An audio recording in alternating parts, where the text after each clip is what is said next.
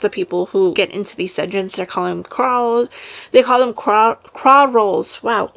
Dungeon crawler. Then you deal with other crawlers. That's such a hard word to say. Hi everyone, welcome back to my channel. My name is Chia, and today's video, it's time to do the monthly wrap up, this time for June. Before we get started with my stats, I just wanted to give you like a little gist of like my month so far in June. I got through about 4 out of my 5 books on my June TBR, so yes, another one that I completed majority of it, not completely 5 out of 5, I wish I could, but I did go on vacation the last week of June, so I didn't get to finish the last one. Thankfully, I was able to squeeze in the second to last one before like my vacation ended. I mainly listened to an audiobook, but you will see when I talk about it. I did have one 5-star, but after my 5-star, everything kind of went down the hill. I don't know if I was just slumping. I was probably picking up the wrong books at the time. My reading month was pretty okay. Not really a lot, you know, oh my god, something blew my mind. There's only one book that blew my mind. Everything else was just kind of okay to average to, yeah, it was good, but not, you know, mind-blowingly good. Anyways, enough rambling. Let's get started with my stats. I did read 9 books this month, and in this month, I read 2 young adult fantasies, 1 thriller, 2 fantasy romances, 2 literary fictions, 1 high fantasy, 1 lit RPG, and 1 contemporary romance. I did read a variety of genres this month, which I'm really like hoping keep on doing because it seems to be fitting my brain right now and it's helping like, you know, beat slumps right now. I read 393 pages.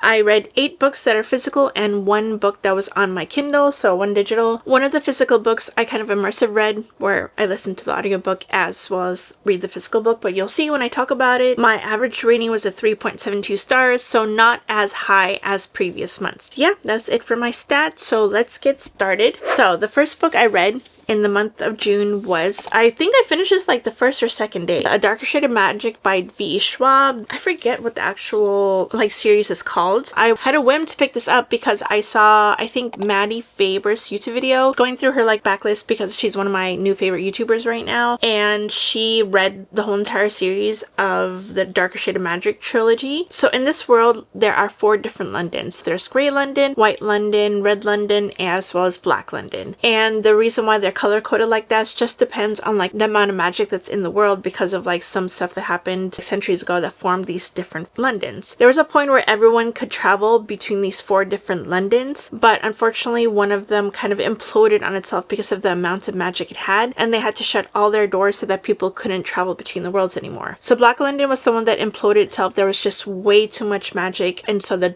door was completely sealed to that world and no one is allowed to go there anymore. And then there's White London, where there's very little magic and people are literally like fighting each other and unaliving each other to get these type of magics, and everything is white, nothing is like colored. Red London is the one that has like the most amount of magic out of all of them. They have like the most balance. It's a very whimsical place. This is where our main character lives, and then there's like Grey London, where there's no magic at all. We follow a character named Kel, and he is an Antari. He is the adopted son of the royal family, and so Antaris are the only ones who are allowed to travel to these different worlds besides Black London, obviously. The female character named Lilla, she lives in Grey London and she is a thief. She's one of those like very stabby females where they don't need anybody, and so she and Kel inadvertently like cross to each other's path, and they have to kind of join teams to re-get this like item that is needed to be back in a certain place. I love London so much. It's very whimsical. There's like so much magic that you see around. I want to visit this place so badly, and also I liked Kel, but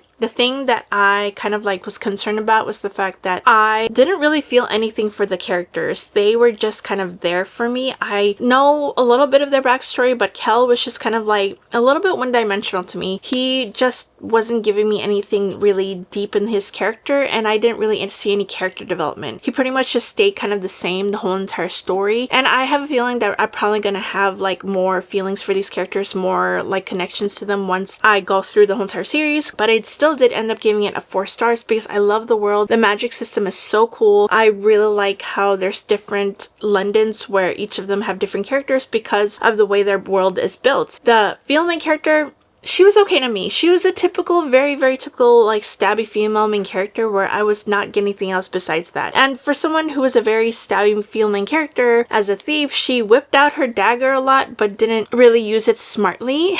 And I'm really hoping that I really get a lot of character development from her in the second book, because she just seemed to think that, oh, I know everything and I don't need anybody to go on, even though I do not know this world. I don't know. I just need more from a female main character if I'm going to root for her. I already feel like a little love story happening that's brewing. I don't know how it's going to form, because the way it ended, it kind of like left it open-ended. So that's probably why I really need to get to the second book, and I have the urge to pick it up in the next like couple months or so. I really do recommend this for the magic system alone. I just hope I connect more to the characters as time goes on. But yeah, that was the first book I finished in June. And then the first book I finished, a part of my June TBR, was My Husband's Wife by Alice Feeney. To give you a little like synopsis for it, it basically follows a character named Eden Fox. She typically goes running at night, and she doesn't usually take her cell phone or her wallet or anything that would identify her. She only takes her keys because she just likes not being attached to anything while she's running. She uses running as a means to escape. Her and her husband recently moved to a city called Hope Falls, I think. They used to live in London, and they lived to this like small town over in Cornwall. And so they move in, they live in this like house called the Glass House, where it's like at the top of the hill and everything. She has lived there for a few months, but she hasn't really like interacted with any of her neighbors. She comes back to her house and tries to open the door, and her key doesn't work. And a person opens the door, and it's another woman who looks kind of like Eden Fox and says that she's Eden Fox. Eden's like trying to tell her that you are in my house, why are you in my house, and why is my key not working? And she basically tells the stranger that, call my husband, I need to see him right now. So her husband comes and basically doesn't know her and doesn't recognize her and says, no, this one is my wife, you're not my wife. And they close the door on her. She starts going off the deep end, which understandably, because she feels like she's getting gaslit. They get the cops involved, and now she's just trying to figure out what the heck is happening and why is her husband like kind of going along with everything. Get another POV from a person named Birdie. She unfortunately like just got diagnosed with cancer, and she was given a short time to, you know, live. And so she decides to basically close up her affairs, fix her affairs. It just goes on from there, and I don't really like this. I did not like the fact that we had so many plot twists at the end. I love plot twists, don't get me wrong, but I need these plot twists to make sense. I need to be able to see like little hints of things here and there. Even if I wasn't expecting it, there's a clever way of making sure your thing is not predictable, but yet still connects to the story somehow. And there was one kind of like plot twist that I kind of connected back to the story. Last 10% was literally every single chapter ended with a plot twist. I don't like it when plot twists are thrown out just for plot twist's sake. I think that they should connect to the story somehow. They should be able to be traced back, and I just felt like I was being gaslit just because I was being told something, and then when the plot twist happens, then I all of a sudden realized that maybe I just wasn't thinking correctly about this, and some of them just didn't make sense to me. It was just a disjointed story from my personal opinion, and there was a lot of things in here that was fixed really easily at the end, which shouldn't have been fixed so easily. If you just need like a palate cleanser or something, or if you typically like Alice Feeney's books, I recommend it. And I like her writing. I think her writing is a lot more complex and a lot more detailed compared to other thriller authors that I've read, but that doesn't mean that I necessarily liked the plot. I didn't like any of the characters. All of them are so unlikable. I still will probably pick up a lot of like other Alice Feeney's works. I like using thrillers as palate cleansers, especially if I feel like I'm slumping after reading a book, or if I'm just not finding the motivation to read. If thriller is one of your main genres and you know good thrillers, I don't know if you would like this one unless you already like her work. And then the next book I picked up is pretty much probably my favorite book of the month, and it's going to be one of my favorite books of this year, and that goes to The Ballad of Falling Dragons. I have a little backstory with this whole entire series. So I read When the Moon Hatched, the first book to this series. It's called the Moonfall series, I believe, the first book to the series back in early 2024. I think the first video I ever posted was the reading wrap-up that included my review of When the Moon Hatched. Suffice it to say, I did not like When the Moon Hatched. I just didn't like the writing. I think the writing was just so overly descriptive, and it was just being lyrical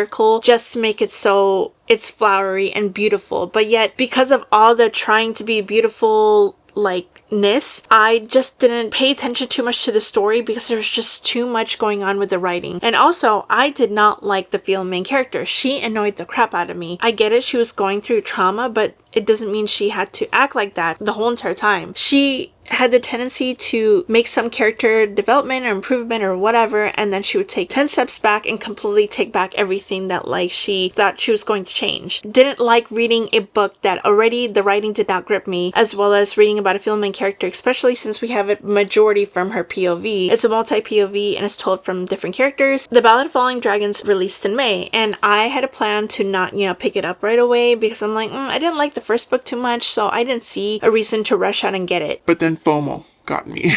I saw so many people reading it, people who I trust their opinions on books absolutely rave about this series. It's one of their favorite series of all time, and I'm like, you know what, I said I was gonna give it a second book chance, so I decided to pick it up anyways, and I fell in love. I'm so happy because this one, the writing improved so much. She really definitely cleaned up her writing, and it helped that she got traditionally published because I feel like the editors kind of helped her hone down her writing a lot. And again, this is a multi-POV fantasy. It is set in a very complex world. There's so much going on. It's borderline high fantasy, but it's really definitely romantic because like it's equal parts fantasy and equal parts romance because there's a lot of it in here. It's mainly about Rave and Khan and their love story, and how in this world there are different gods and each of them are in charge of different elemental powers. If you are gifted with these gifts from these different gods, you wear the corresponding bead on your ear that you have powers over for the elementals. We also have dragons in this book. These dragons, they don't die like normally, and when it's their time to pass away, the biggest honor they could do is to go up in the air and basically curl themselves into a ball and calcify into a moon. The whole entire sky is filled with like moons, and there's a danger of like these moons falling in the world and destroying a lot of things. Obviously it's catastrophic because imagine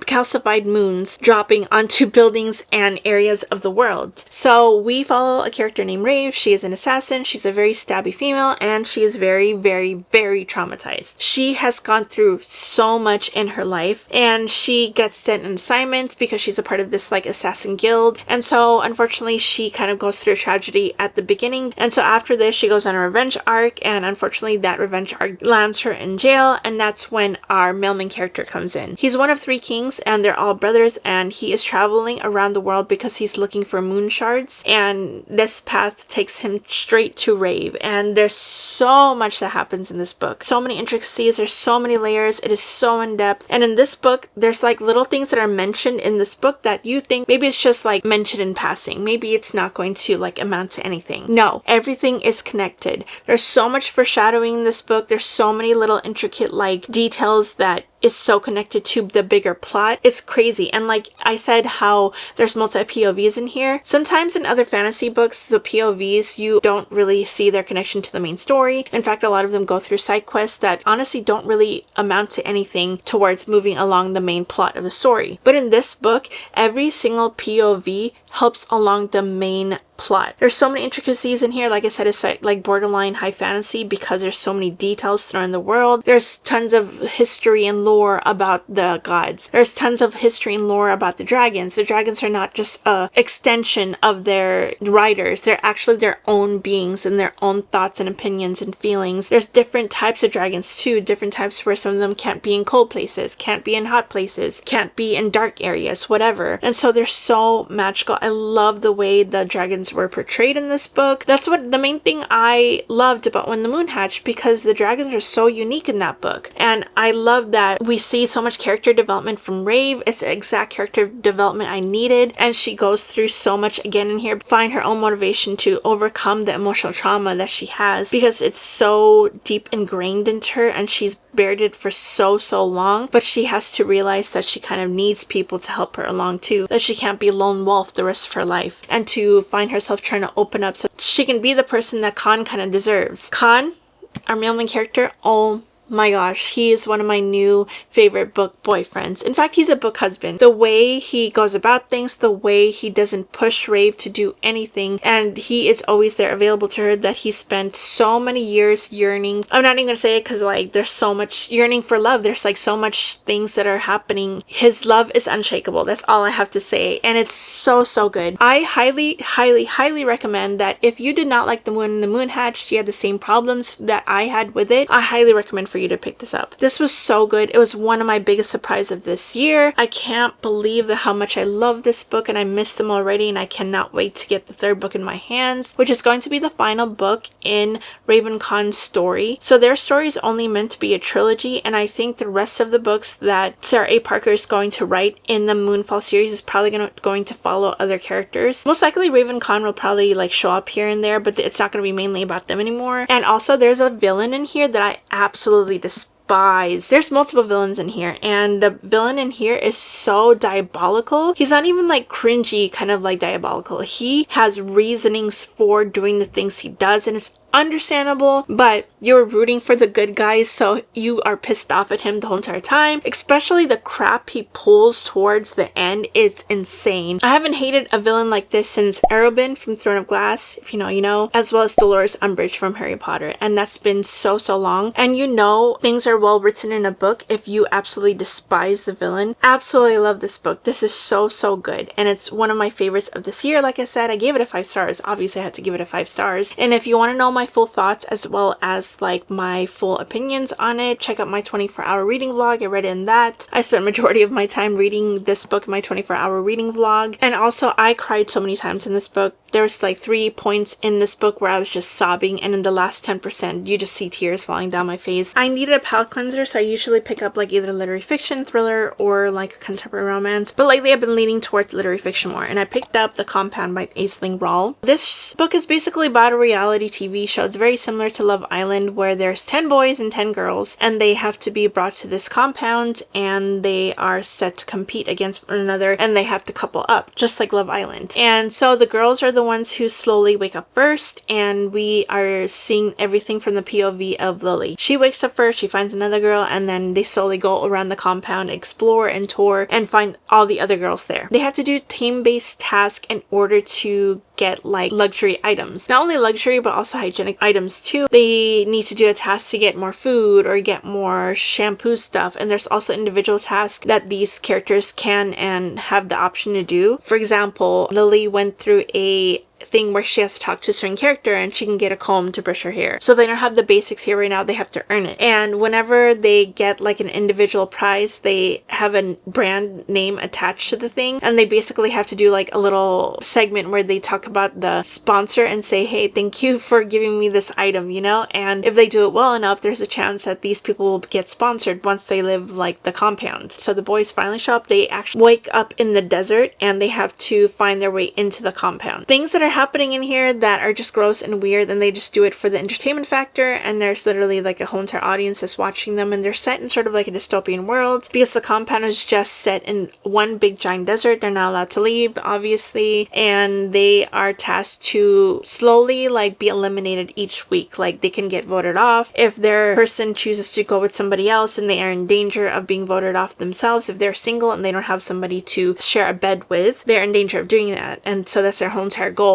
Suffice it to say, I didn't like this book. Like, I knew going in that this book was very divisive. There's either people who love this book or hate this book. I fall into the camp of I hated this book. The characters are so surface level, and Lily, the POV that we get from her, she's so materialistic. She doesn't want to ever go back to her real life because she's thinking that, oh, why would I go back to my real life when I get everything sent to me for free here, and all I have to do is entertain, that's it. And she's not like trying to see the bigger picture, and she's just so surface level. There was like supposed to be 10 different people with different names, but I couldn't understand who was who. I was so bored for majority of the time because the chapters are so freaking long. There's like 20-page chapters, which is completely unnecessary for literary fiction. And also this book just didn't know what it wanted to be. There was supposed to be literary fiction stuff going on here. I was hoping for more commentary. There's a thriller aspect going on in here too, and a mystery going on too. And there's like certain things where there's some unlikable characters in here who kind of do stuff just to do stuff because it kind of shows that they're kind of traumatized from the stuff that's going on outside in the world. Like, this book was so freaking pointless. I do not understand any of the characters, their motivations, nothing. A lot of the people just spent a lot of the time complaining and crying. I just wish there was more to it than just what I read. Yeah, you could say that it's because of it being short, there was not a lot of stuff that like could have been said, so it could have benefited with a longer amount of pages and shorter chapters just so that we can understand what's going on. I wish it had the, I guess to say, the cojones to make comments about certain things in here, especially since clearly these people are being used as entertainment for the general public for them to be watched. They're put through stuff that makes them just be entertainment factors rather than actual people, and that's like little general things like that, and I don't want it to be insinuated. Like, talk about it. Just talk about it. Why did you write this book if you're not gonna freaking talk about it? Like, in this book form, you see a lot of, like, downtime. So, just like in reality TV shows, I'm sure they're not doing something entertaining 24/7. In reality TV shows, a lot of that gets cut out. But in this, you read every single thing they do. You read every single task. A 120-page chapter had, like, 10 tasks in it that were just mundane. And I'm like, you could have honestly cut all of this out and given us more character development. It will be a part of my unhaul video by the end of this year, and it's probably going to be a worse book for me too. I didn't see the point of this book. It was so freaking pointless. I spent way too long reading this book to get nothing out of it, so I definitely do not recommend. If you want to check it out yourself, by all means feel free to do so. You don't know, you might never know that you might like it, but for me it was just a no. And then I need another palate cleanser, and like I said, after the Ballad of Falling Dragons, everything just started going downhill. So I needed a palate cleanser, so I picked up the second book in the Windy City series called The Right Move by Liz Tom40. And so we follow Ryan Shea, who is the brother of Stevie Shea. He's the big NBA star. He can't really get out of the limelight because he's so popular. He's been in the media since he was a high schooler, since he excelled at basketball his whole entire life. He has never really known who to trust besides obviously his sister, because most people who try to get at him have always just done it to get close to him just because he's Ryan Shea. And then we follow another character named Indy. She is the coworker of Stevie in the first book. She ends up becoming Ryan's roommate because she unfortunately finds her fiance cheating. Of course, she ends up breaking up with him and she needs a place to stay, otherwise she has to move back home away from Chicago. Stevie basically asks Ryan to do a favor for her to house her best friend until she can figure out the situation. So they come to an agreement that she's allowed to stay, and at first Ryan is very, to keep to himself. He does not like people in his house. He doesn't like anything out of place. He's very type A. He equates a lot of like organization stuff to everything being controlled in his life, because if the media basically sees him mess up, then he, will like get backtracked and all that stuff, and he's always afraid that he might get traded to a new team. He doesn't want that, and he's kind of seen as cold and very robotic and unemotional by the media. He gets appointed as captain, and his coach says that he needs to be more personable with his team. Comes up with a spur of the moment idea and to basically call Indy his girlfriend. So they come to this deal that they're going to fake date, and he also will be her date. She is a bridesmaid to the friend who is about to marry her ex-fiance's best friend. So she has to deal with that because she doesn't want to go there by herself and all that, and basically they come together to try to fix each other's like life. Indy basically needs to learn how to be on her own for a little bit. She's a very social butterfly, so she needs to be surrounded by people all the time, so she doesn't know how to be lonely. And Ryan is very controlling. He doesn't know how to let go and have fun, so they end up like helping each other like that. I absolutely loved this book. I did not like it as much as the first book though. I still think that Zavander and Stevie are my favorite couple of the series so far, but that doesn't mean that these two are not as amazing. I love the way they grow together. I love that they give each other space to, figure out how to do things on their own, but still come together to take care of each other. There's this one scene where Ryan basically goes and he has to do practice, and he finds out that Indy is sick and he skips practice to go take care of her. It's so good. Did read it a 4.25 over a 4.5 stars that I gave like the first book, because I just didn't like that it was kind of really lusty right away. As soon as they moved in with each other, there was just so much lust going on, and I just didn't like that it didn't slowly get there. They fell for each other's like attractiveness right away, and there's like already lusty thoughts within like the first week they moved with each other. But I still love them either way. I love the way that it ended. I love that like the acts of service that they figure out how to do for each other, and they try to figure out their love language. So yeah, that was my thoughts on The Right Move, and I can't wait to move on with the rest of the series. And then the next book I picked up was the second book on my June TBR, and that's Remarkably Bright Creatures by Shelby Van Pelt. We have multiple perspectives in this book. We have one perspective from our octopus on the book, which is named Marcellus. It's set in this aquarium that is up in northern Washington, and so he just observes the goings on of the different attendants who come into the aquarium. He observes them, he observes the things that they are going through and what the kids are doing, what the parents are doing, whatever, and he makes comments in his head about how like there's different stuff that's obvious to him, but why are these humans not seeing what he's singing, you know? And he remarks on their intelligence a lot, and he always says like, oh, for creatures who are supposed to be the higher end of the food chain, they are not really that smart. And he kind of like sneaks around a lot to the different aquariums because he likes getting different food, because the food they give him is just like basic fish and he doesn't like it, so he goes into the other tanks to eat the food in there. There's a cleaning lady who works the night shift named Tova, and she forms sort of like a bond with Marcellus. Like, obviously she can't hear him talk, it's not that kind of story, but she's found him a couple of times wandering around to different like tanks, and she's brought him back into his tank multiple times. And she has kind of a sad backstory because not only she recently lost her husband to cancer, but 30 years ago she unfortunately lost her 18-year-old son. So she's kind of on her own, and she's 73 years old, and she's watching like her other friends that are in this thing called the Knitwits, which like it's like a knitting group, but they meet every single week to do stuff together and become friends and all that stuff. And I love the name for them, but all of them have like kids, all of them have people to take care of them and their husbands and everything, and she's completely all alone. And the only thing that she kind of has going for her right now is the cleaning job over at the aquarium, and she just likes to be there because she needs something to do. And then we have another third perspective in here from Cameron. He is a sort of like a deadbeat. Honestly, he's 30 years old, he lives in California, and he has been jumping from job to job to job. He's sort of like a contractor. He recently just got fired from his job though, and he's kind of like couch surfing right now because his girlfriend kicked him out of the apartment. Now he has an aunt who's taking care of him. His mom left him when he was a kid. He got abandoned because his mom was a drug addict and his dad was never in his life. He finds some stuff about his past, so he decides to go explore, and it takes him up to northern Washington. And I really wanted to like this book. I loved the whole entire wholesomeness from Marcellus, and I loved Tova's story. I wanted to know more of that, and I love that it's like very summer themed. It's set in the middle of summer, June, July time, and I even mentioned this in my summer recommendations video that I recommend this if you want to read a summer themed book that's like a literary fiction that's more wholesome. And I love the wholesome parts about it. The character and the POV I hated was Cameron. He was such a man-child. I don't understand how he was 30 years old and the way he thought about the world just made so little sense to me. Like, I get it, he went through a lot when he was a kid. He watched his mom basically choose something else over him over and over again and did not care enough to fix herself to take care of him. That causes a lot of trauma for kids. I understand that. And the fact that he grew up without a dad.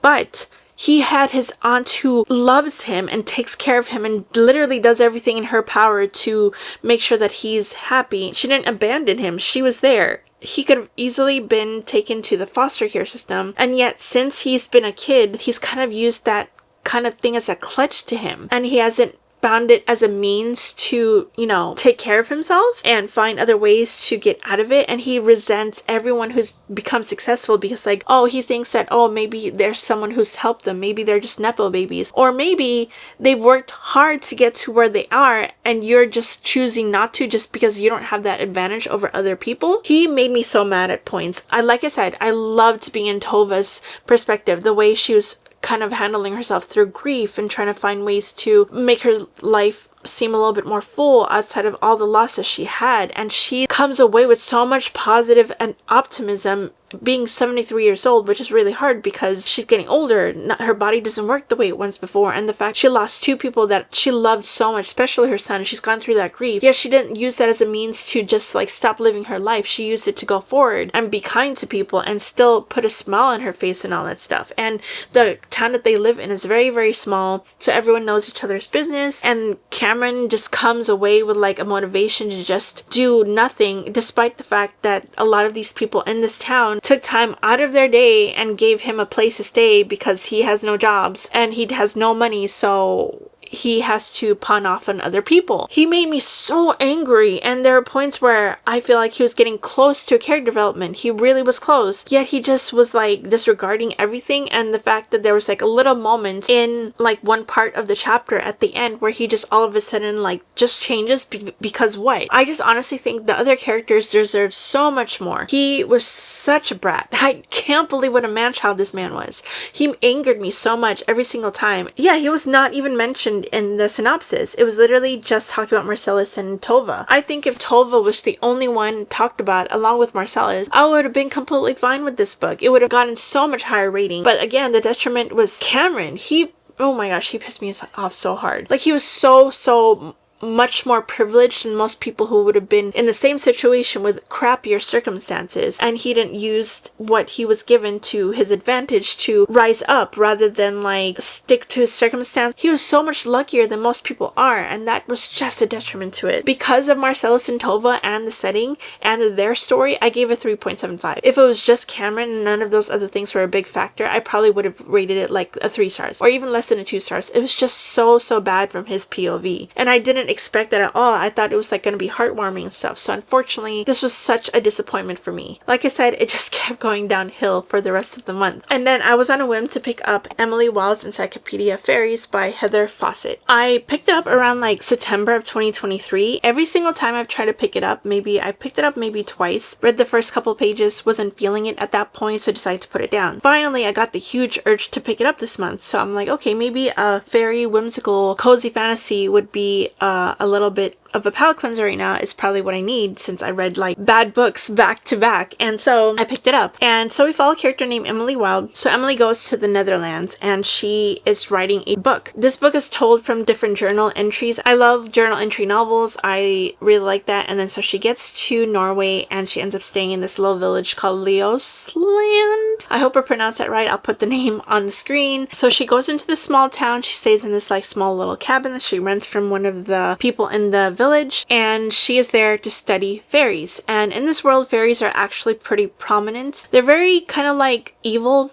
cruel prince. They're very trickster, and you have to be careful about the things you say to them, especially making deals with them. They could honestly take you back to the fairyland and like not let you come back. Your mind would be gone, which is happening to some of the characters in this village. She is very introverted. She's very like neurodivergent coded. She doesn't like being surrounded by a lot of people. She doesn't like being surrounded by noise. She likes to keep herself. Like I said, she is only there to not make friends, but to go around and observe the different fairy instances that she's trying to find. There's like different species of fairies. There's high fae fairies, high court fairies, I think they're called, low court fairies, whatever, tiny fairies, big fairies. There's like different sizes. I love the way fairies are portrayed in this book. So her kind of like, I don't know if you could say work rival, because they kind of work together a lot. They're both professors at this university. She goes and then she finds out that Wendell Bambleby comes to her same assignment. So he decides to like stay with her the whole entire time. They're gonna be there for about 6 months. She comes in September and basically is there until maybe early spring, March, April or something. She goes and study these fairies. You see the observations from her different journal entries. She's there for a good while, and then she finds the mystery of some of the villagers getting taken away by these fairies, like kids getting changed with changelings and a lot of the different stuff that are happening. So I thought I would love it because of how everything was happening. I was so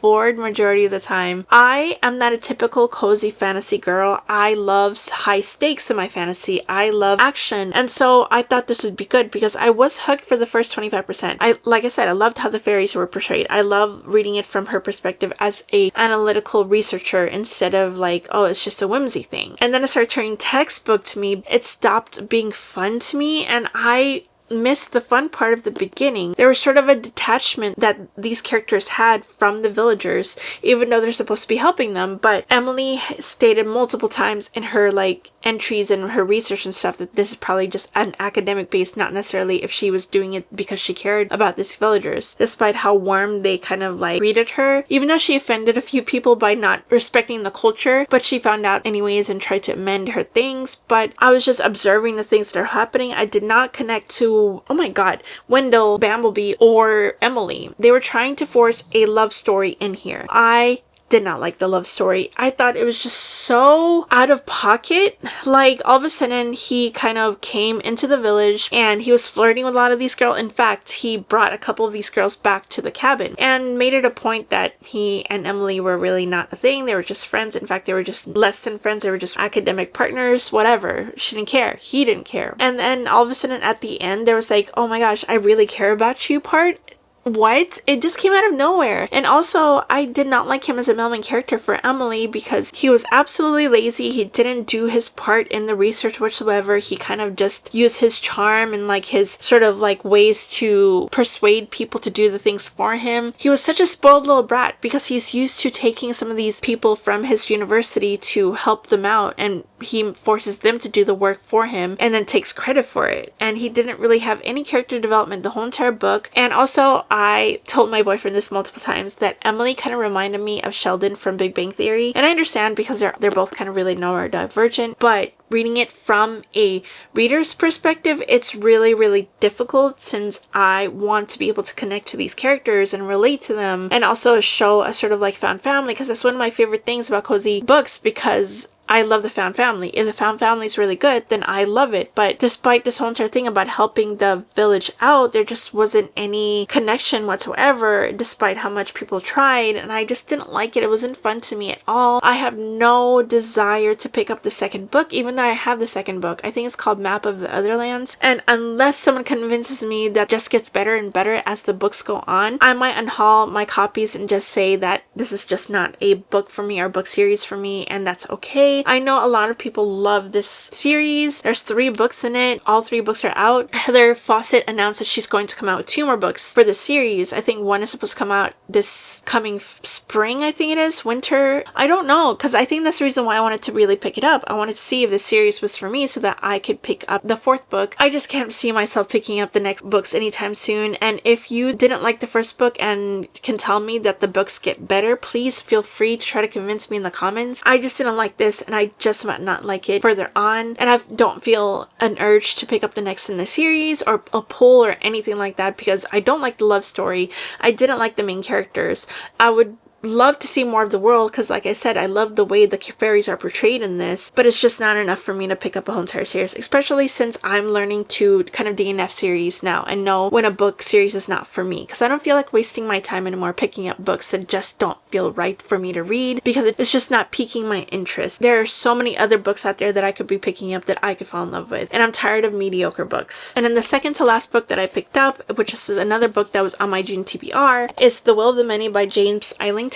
This book is very, very high fantasy. There's so much complicated magic system in this. I did pick this book up last year in June. I picked this book up and I did get far. I think I got about like 160 pages, but I felt that it wasn't time for me to read it at that point, so I put it down. Finally, I chose it for my June TBR for a prompt. I forget what the prompt was. We follow a character named Viz. He lives in this sort of like orphanage, and he is 17 years old. So he also works for a prison. He has no family. He doesn't have anybody to really tie him to his past. One of the people who are like really, really high up in the hierarchy comes to the orphanage to adopt him, and basically makes a deal with him that if he gets adopted and trains and becomes like a high-end person for this family, he will get all the opportunities that this name will get him, but in turn he has to attend this academy because he needs to solve a mystery. But little do they know, Viz has sort of ulterior motive. He has a past that you will find out in the book. I'm not gonna say anything about it. And so in this world,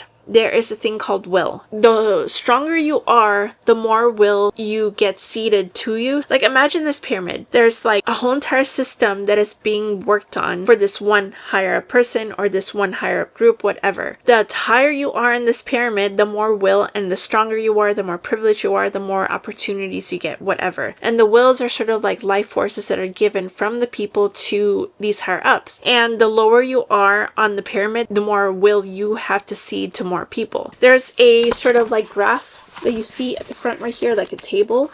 You see how there's like different levels, and then there's also different numbers. I hope you could see that, where the amount of people are in each graph is what is seeded to each person. It's a complicated magic system. I've been wanting to read this book for so long because it's one of the highest rated books on Goodreads. I really liked when we learned more about Viz's past, the things that he was learning and all that stuff, and I was finally at the academy. It took so long to get to the academy, by the way. It took a few hundred pages before we finally got there because we went through sort of like a training montage. Not only did he have to learn how to be a fighter, he was already a fighter, but he had to learn like sort of in the academic sense, and also he had to be tutored to be taught all the stuff that the hierarchy is about. And the hierarchy is basically the ruling party of all these people. They are the ones who decide why Will is seated, what part of the pyramid you are in. It's very complicated. It took me long to understand the magic system, but the magic system is so cool and very unique, and I absolutely loved it. But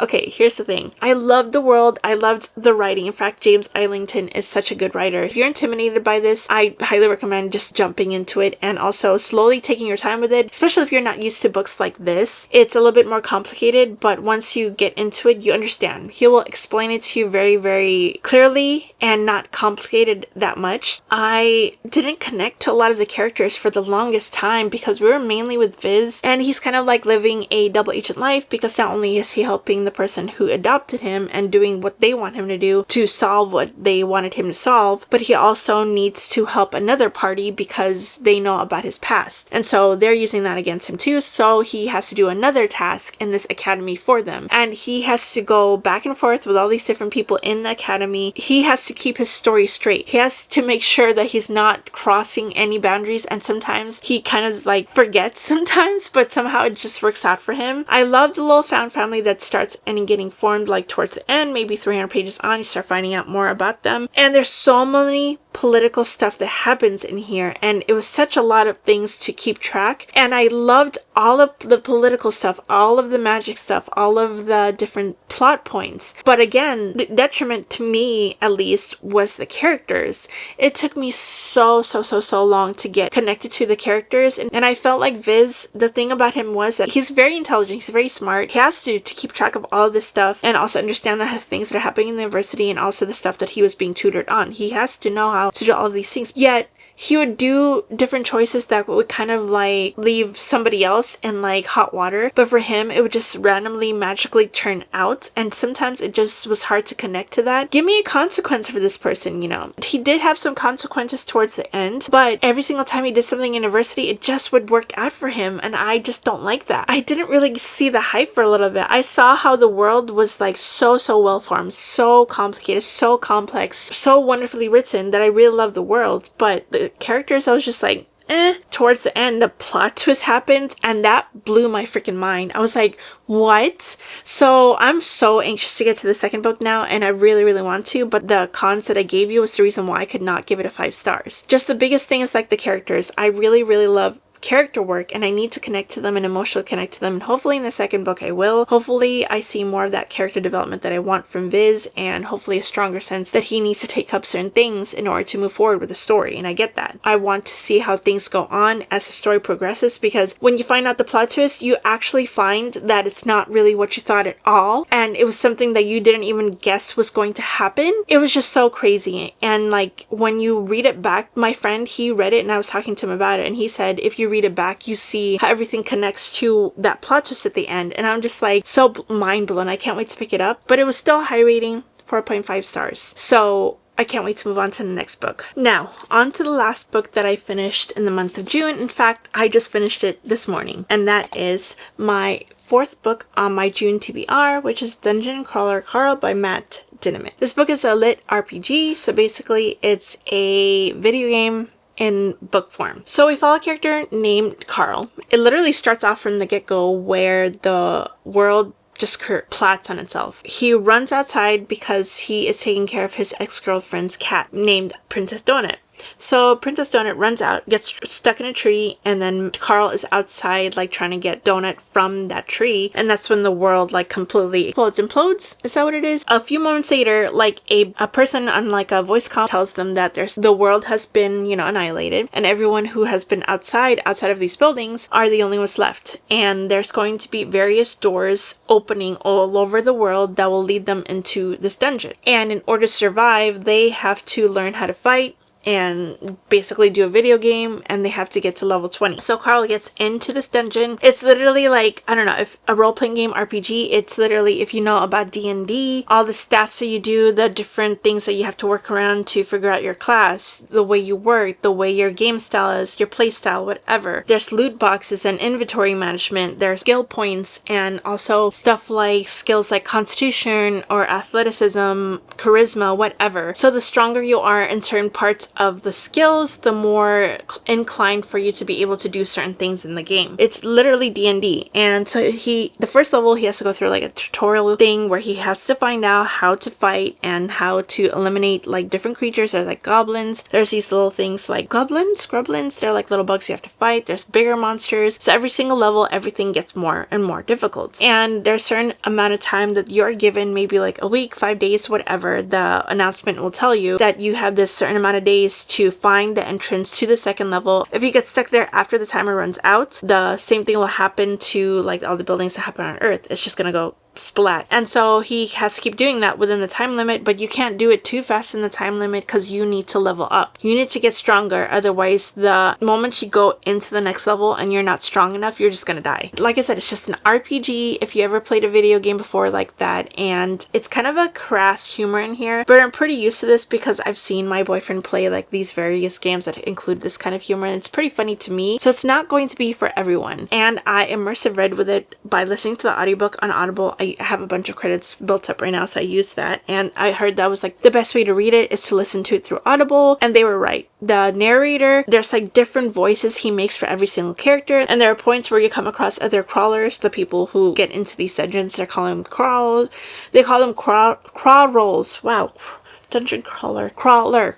They are known as crawlers, like these different people. And so they are just meant to compete against each other, and then you get like different things shown on your like heads up display. And also they find out that there's like this reality show aspect going on with it. There's this big government who is in charge of this whole entire game, and they're called the Syndicate. Like you can't basically do anything you want. You have to play by their rules, play by their games. You have to attend these things, and for that reality aspect, they show you and all of the other crawlers, and if you are more popular with the audience, the more prizes you get, the more loot you get, the more special items you get to further along your game. They are basically trying to compete against that. But there's 8 books in the series right now. There's supposed to be 10 books. I think that like every single book is going to go through a few various levels, and there are points of like a little bit of repetitiveness to it, which is the nature of the thing, because in RPGs you go through the same different things where you get to new levels and then you fight more creatures and more monsters, and you have to level up. You have to get experience levels to get level up. I love RPGs. RPGs are one of my favorite games ever. Kingdom Hearts is one of my favorite things to play because RPG element plus Disney, like literally it was made for me. I absolutely love Disney. I love going to Disneyland. It's one of my favorite things to do. I'm a Disney adult and I will forever love Disney. So there are things in here where it becomes repetitive because it's very typical of RPGs where you have to do the same thing over and over. From a reader's perspective, I kind of got bored at points because, oh yeah, he dealt with this and met more people. Then you deal with other crawlers. That's such a hard word to say, and then you just keep on going over and over and over. And the pro is definitely the uniqueness of the worlds, and I've never read a book like this before. This is my first series dabbling into the lit RPG world, and I really like my time with it. But the thing that I have a concern about is how is a whole entire series going to keep me interested if the same things keep happening over and over and over. It's a different thing to be playing an RPG and you're the character and you choose to do that. It's more exciting that way, but reading it and listening to it is just a different thing, and I don't know how long it's going to keep my interest. But I did end up giving it a 4 stars because I did find that it was a really, really good palate cleanser for all the stuff that, you know, high fantasy stuff, and then all the terrible books I read. I will definitely continue with the series. I will probably also definitely continue on with Audible because I love the way the books are narrated. It's so good. It's funny. I love the different things that happen to it. And I think I might just use it as palate cleansers, but I will see if I want to continue reading if I'm not really connecting to the characters. Because after a certain point, if the characters are not really doing anything for me, I will DNF the series. And I just want to see a different, like, you know, character development from